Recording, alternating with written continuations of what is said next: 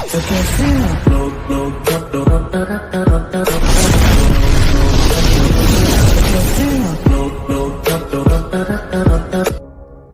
वालेकुम। M pox या monkey pox एक जूनोटिक यानी जानवरों से इंसानों में मुंतकिल होने वाली डिज़ीज़ है।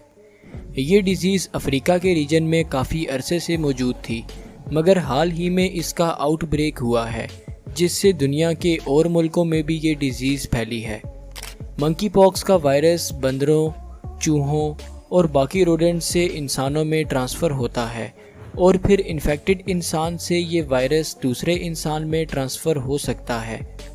जानवरों से इंसान में ये वायरस किसी ज़ख़म वगैरह से इंटर हो जाता है, जैसा कि किसी इन्फेक्टेड चूहे ने आपके किसी ज़ख़म पर सलाइवा गिरा दिया।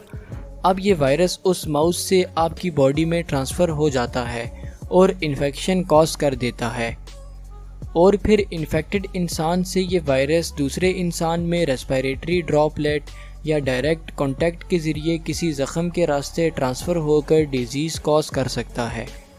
सिम्टम्स: मंकी पॉक्स के मरीज़ में शुरू में फ्लू की तरह के सिम्टम्स ज़ाहिर होते हैं, जैसा कि बुखार, सर्दी लगना, हेडेक वगैरह, मगर 2 हफ्तों बाद जिस्म पर छाले बन जाते हैं और साथ ही लिम्फ नोड्स में सूजन भी बन जाती है। छाले शुरू में सुर्ख होते हैं और फिर आहिस्ता आहिस्ता इन छालों में पस जमा हो जाती है और फिर ये छाले फटकर स्किन डैमेज कर देते हैं, मगर 3 से 4 हफ्तों के बाद स्किन ठीक होना शुरू हो जाती है। ट्रीटमेंट: क्योंकि मंकी पॉक्स डिज़ीज़ एक वायरल डिज़ीज़ है, इसलिए इसकी कोई प्रॉपर ट्रीटमेंट नहीं है। अलबत्ता सिम्टम्स को कंट्रोल करने के लिए कुछ मेडिसिन्स ली जा सकती हैं। इसके अलावा ये डिज़ीज़ इतनी कोई जानलेवा नहीं है, इसलिए परेशान होने की ज़रूरत नहीं है।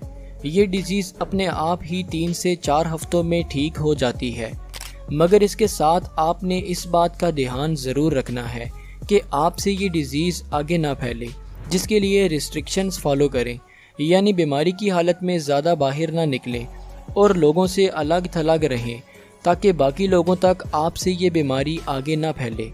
शुक्रिया। अल्लाह हाफिज़।